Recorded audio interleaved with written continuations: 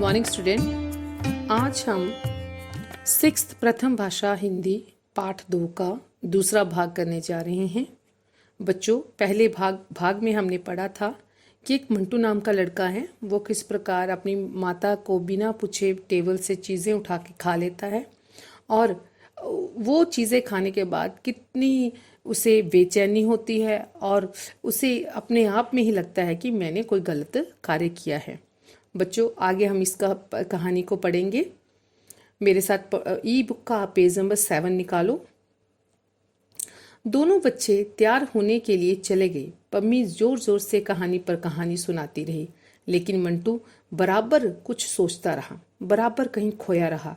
उसने अपने कपड़े बजाय खूंटी पर टांगने के एक कोने में फेंक दिए।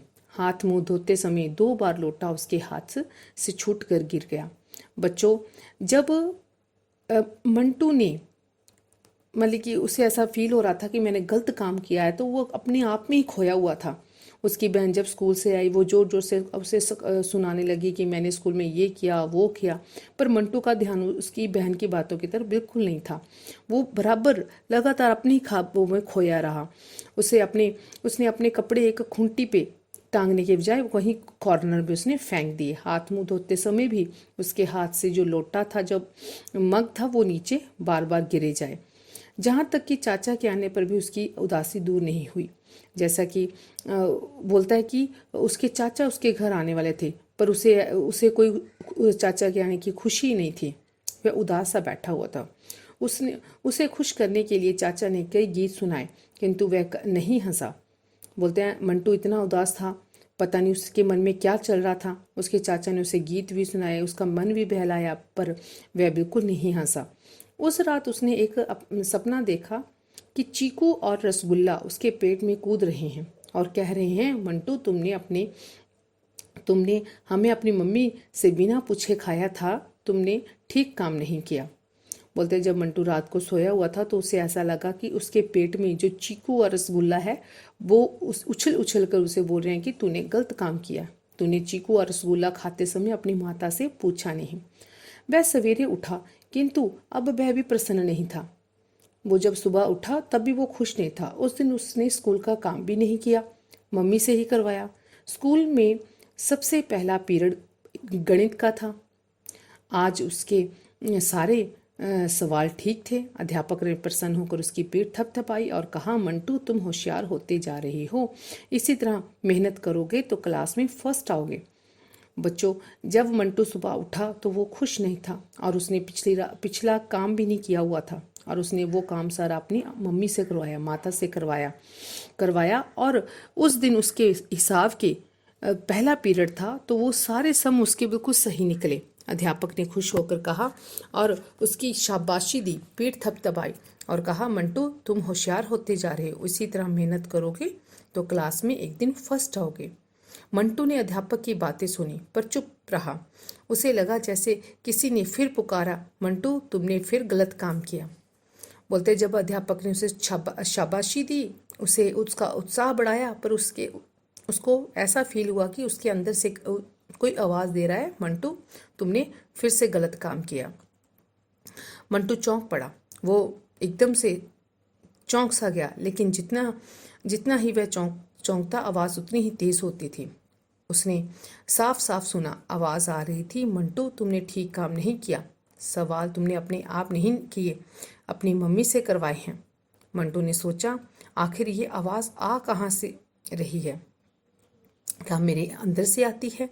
क्या रात के सपने की तरह सवाल भी मेरे पेट में बैठे हुए बोल रहे हैं? बच्चों, जब मंटू स्कूल में था और उसके अध्यापक ने उसे शाबाशी दी, उसे प्रोत्साहित किया, पर मंटू खुश नहीं था। उसे बार बार ऐसी आवाज़ आ रही थी जैसे कोई उसे बोल रहा है कि मंटू तूने गलत किया है, तो ये सम तो तूने किया ही नहीं, गणित का काम तो तूने खुद किया ही नहीं, ये तो तेरी मम्मा ने किया था, ये तूने गलत काम किया है, अध्यापक को क्यों नहीं बताया कि ये काम तूने नहीं किया? बोलता मंटू चौंक पड़ा। मंटू ने सोचा, आखिर ये आवाज़ आ कहाँ से रही है? क्या मेरे अंदर से आती है? क्या रात के सपने की तरह सवाल भी मेरे पेट में बैठे हुए बोल रहे हैं? मंटू को लगा जैसे उसे पसीना आ रहा है। वह मशीन की तरह अपनी सीट से उठा और अध्यापक की मेज़ पर के पास आ गया।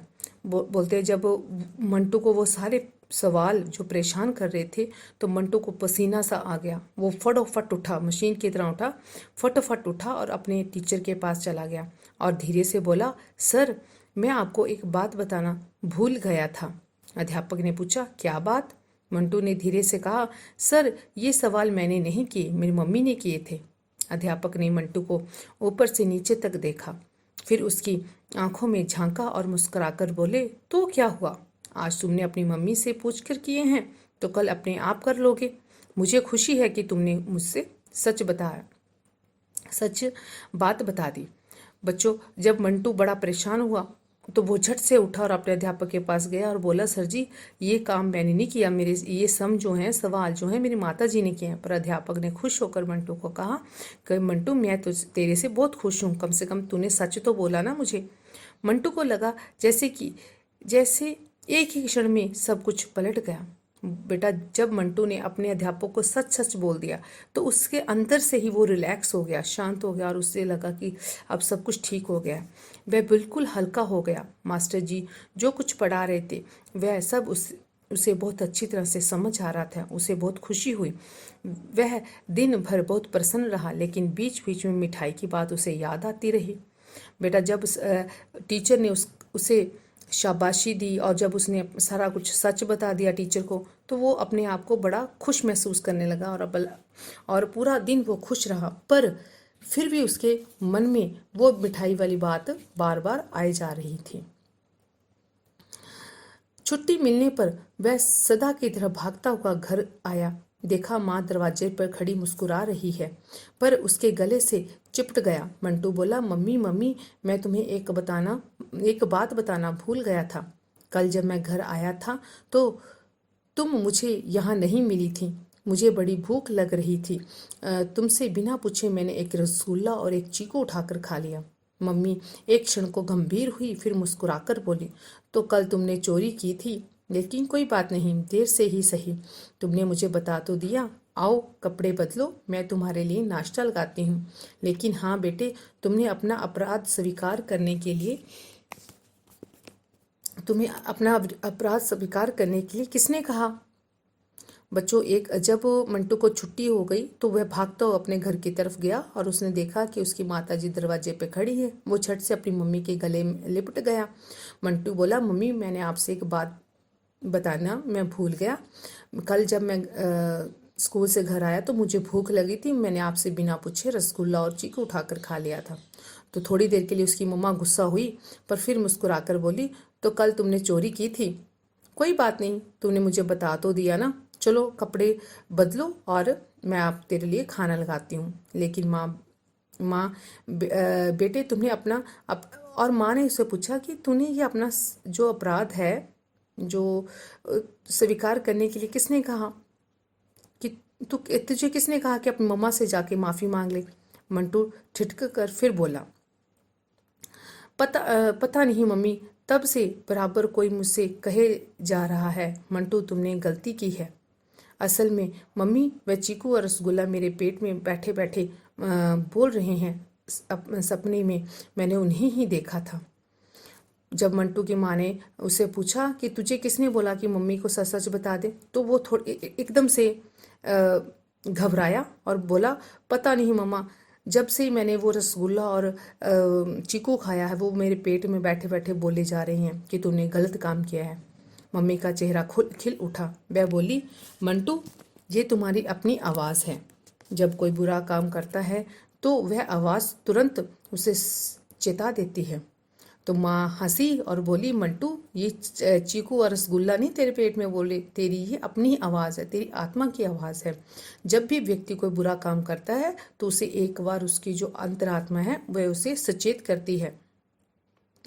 मंटू बोला, मम्मी मैंने अध्यापक से भी कह दिया कि आज के सवाल मेरी मम्मी ने किए हैं, मैंने नहीं। वे बहुत खुश हुए। ये सुनते ही दोनों हाथ आगे बढ़ाकर मम्मी ने मंटू को अपनी छाती से भर लिया। फिर उसके गालों को बार बार चूमती हुई बोली, तुम बहुत अच्छे हो, तुम बहुत ही भोले और सच्चे हो। बच्चे, जब मंटू ने अपने सारे अपराध स्वीकार कर लिए और उसकी माँ बड़ी खुश हुई। उसने मंटू को अपने गले से लगा लिया और बोला, बच्चे तुम बहुत अच्छे हो, तुम बहुत भोले हो और सच्चे हो। बच्चों, जो मैंने आपको पाठ पढ़ाया है इससे रिलेटेड मैंने प्रश्न उत्तर बनाए हैं। आप उन प्रश्नों के उत्तर इस पाठ को पढ़कर दोगे। पहला प्रश्न है, मंटू के घर मेज पर खाने का क्या क्या सामान पड़ा था? मंटू के घर चाय पर कौन आने वाला था? मंटू ने क्या गलत काम किया था? मंटू के हाथ से लोटा क्यों गिरा? मंटू की जगह यदि आप होते तो क्या करते?